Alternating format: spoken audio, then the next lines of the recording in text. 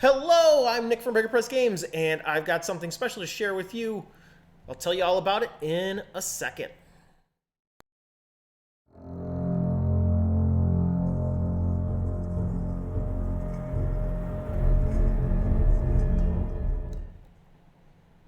So what have I got to share with you? Well, I finished something this week called the Stennard Character Creation Guide. And it's something that I am giving out for free to everyone via DriveThruRPG. All you have to do is go and download it. The links are going to be in a bunch of the different Kickstarters, and I've posted them online. I encourage you to go and download it, and I'm going to show it to you so you know why you might possibly want it. So, what is the Stennard Character Creation Guide? Well, it's got this cool cover from Rich Sampson, aka Nerdgore. That piece is actually going to be in the Protectorate of Genulane, but it was a really cool thing to use as the cover, so it's a fantastic piece of art. Wanted to use it again. Hey, that's how these things go. So, character creation guide, got your credits, along with what is a zero level character. This is something that I created for my gaming group, my brand new gaming group that I started early November. And this was a group of players that had experience with 5e. One of them has played previous editions of D&D, but none of them had played Dungeon Crawl Classics before. And since this was new to them, I wanted to be able to indoctrinate them very quickly, but at the same time, indoctrinate them into the style of play that I have at my table. So, going back, we've got the zero level character. I explain what a zero level character in DCC is, and then we go on to life in Stennard. And I break down very quickly in 7 bullet points what they can expect from playing in my setting. And so I thought this was a way to have them on board right from the start. A perfect like session 0 type of thing. And then the contents, I did the title for each section as the bullet point of what they're going to be doing. So roll 3d6 for ability score. It's a step-by-step. As you can see, a fantastic piece from Carlos Castillo that also helps set the tone of what things are like in Stennard. So we go on to another tone-setting piece from Carlos Castillo, and roll 3d6 for ability scores, a little explanation as to what those modifiers mean. Players that are coming at things from 5e, the modifiers go higher. There's going to be a different set of expectations, and I want things to be, overt right from the start. Also shows that, everybody's going to be on the same playing field because they're all going to be rolling 3d6, and they're all going to have a stat or two that is is real low or real high. But most of them are going to be right in the middle. Explanation as to applying those modifiers and setting your saving throws. And then we go on to the birth augur chart. Now, the first thing that you're going to notice with this birth augur chart is that instead of a D30, it's a D24.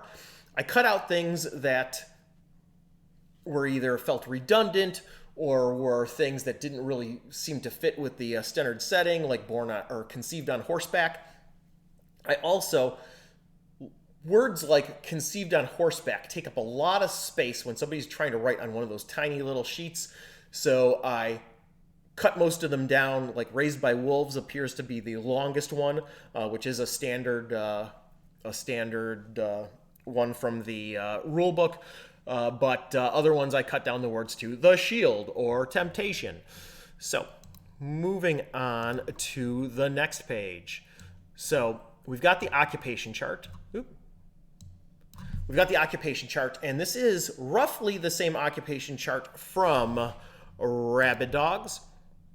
So if you have Rabid Dogs, this is going to be the same as that, with the exception of when I composed this chart, I wasn't thinking about something I call the copper standard. Now, you might know the copper standard from if you play Knave from Ben Milton or other games that are really kind of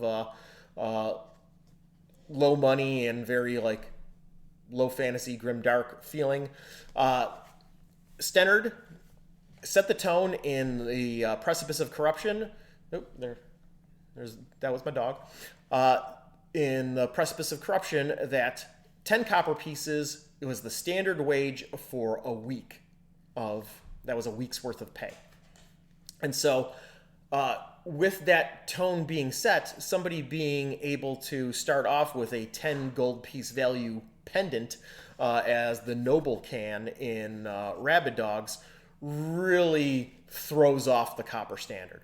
And so I thought it was important so that things were consistent, that I dropped down certain of the things that were in the occupation chart from Rabid Dogs. Otherwise, all the occupations are the same, but just the values of certain things had to be dropped down. So that is that, and then we go to some of these tables that were also from Rabid Dogs. We've got the farmer trade good, you've got mercenary weapons, you've got dog type, which is occupations for dogs, so that you can be a retriever and your trade good is a dead bird. Canine size, and then finally canine traits, which is a tiny little chart that I put in the canine character class book, which is this booklet right here. That's available through DriveThruRPG and will be available on the Goodman Games website soon. Yeah, I found that at least at the table with my new players, when the Nels rolled that he had a dog that was extra stinky, he was immediately enamored with this dog. And so I figured I would keep that in. So that is the additional occupations, occupation charts and farmers, mercenaries. Oh, the mercenary weapons makes it possible so that you can end up starting with a character that has a crossbow or a two-handed sword. And I thought that added a little bit of pizzazz.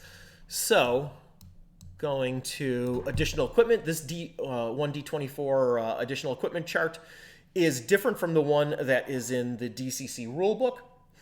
There are things like black grease and a few other things that feel a little more unique to the Stennard setting. Black grease I've already seen used to fantastic effect in a game.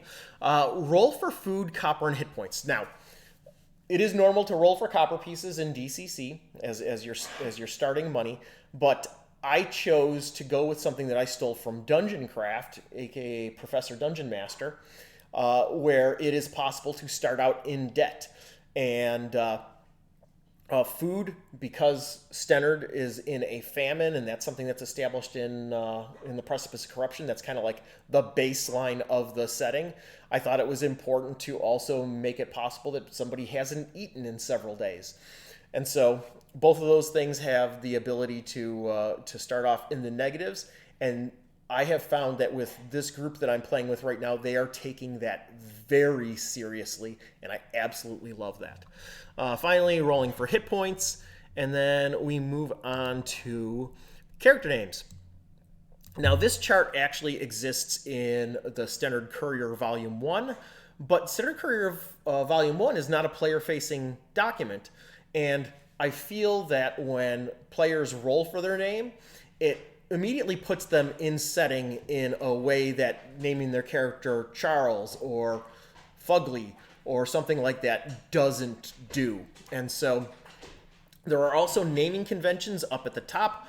So if you want to make up your own masculine name or feminine name or ungendered name, there are naming conventions, so you can throw some syllables together and add one of the syllables that makes it one of those names. I apologize that Ian is hacking and coughing in the background. That's my dog. And then there is a note on occupational names. And what are occupational names? Well, switch back to me for a second. There's Ian. Occupational names are names like grain grinder, which would be a name that a miller would have, or Mutt Wrangler, which is the name that the dog trainer in Stennard has. These names are kind of derisive occupational names instead of just like standard Smith or Cooper. These are ones that are handed down from nobles in order to make fun of the peasantry. And it creates a class dynamic that I wanted to exist in the setting. So that explains that on that page. And so then we go to page 10, which is canine names. And the canine names are from the canine character class book. Those names are unique to canines. Once again, masculine, feminine, and ungendered. Note on canine last names, like what's on there? Brigand Mauler. That's a great last name. That's that. And then finally, we've got armor class.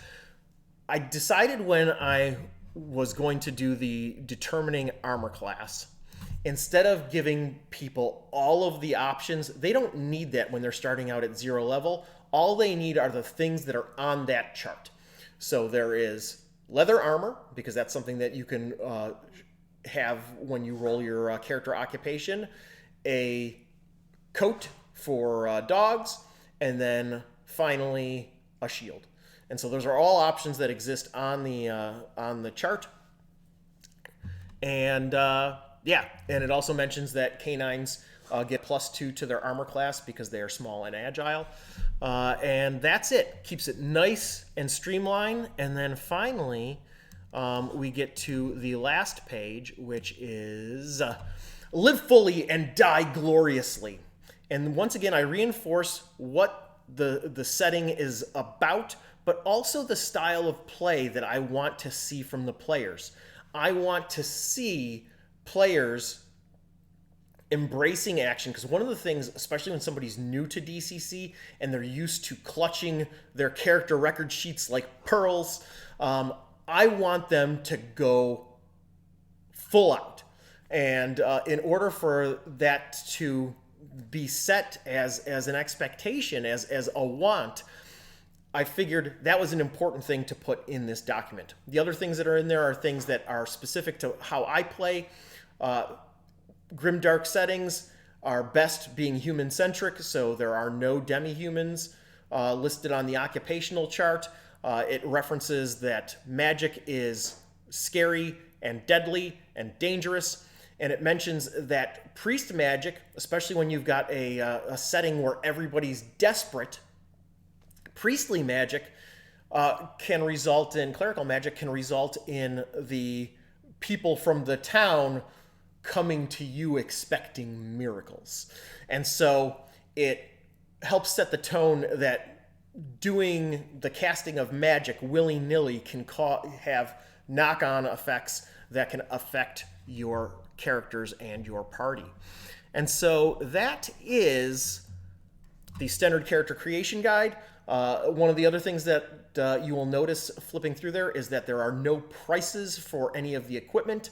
Originally, I had prices in the early version, but when we are talking about famine and scarcity, having prices leads players to believe that they can just buy whatever they want whenever they want it. And that's not the case with Stennard. Everything is scarce because a bunch of the artisans have moved out of the town because of the famine, and so you've got scarcity, and I wanted that reinforced, so there's no prices for anything. All of that stuff is GM facing, is judge facing, so that players have to come to the judge in order to get any new equipment, etc. And so that is the Stennard Character Creation Guide. I wanted to share that with all of you. It is going to be I'm going to post the links. I already posted it on Facebook and in DCC Rocks, on Reddit, and on Twitter. But I'm going to send it out as a link to all of you that have backed the previous Kickstarters, including Protectorate of Genulane and Cleft in the Mangled Hills, which I know you guys are waiting on.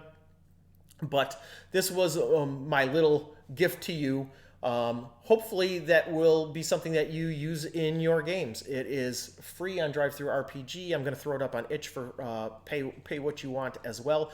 It does say recommended price $1 on DriveThruRPG because that's how DriveThruRPG is.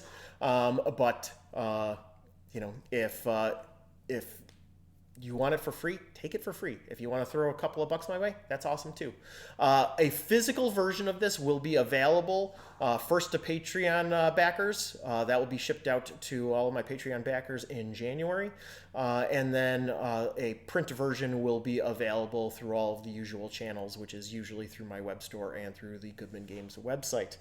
But that is everything from me.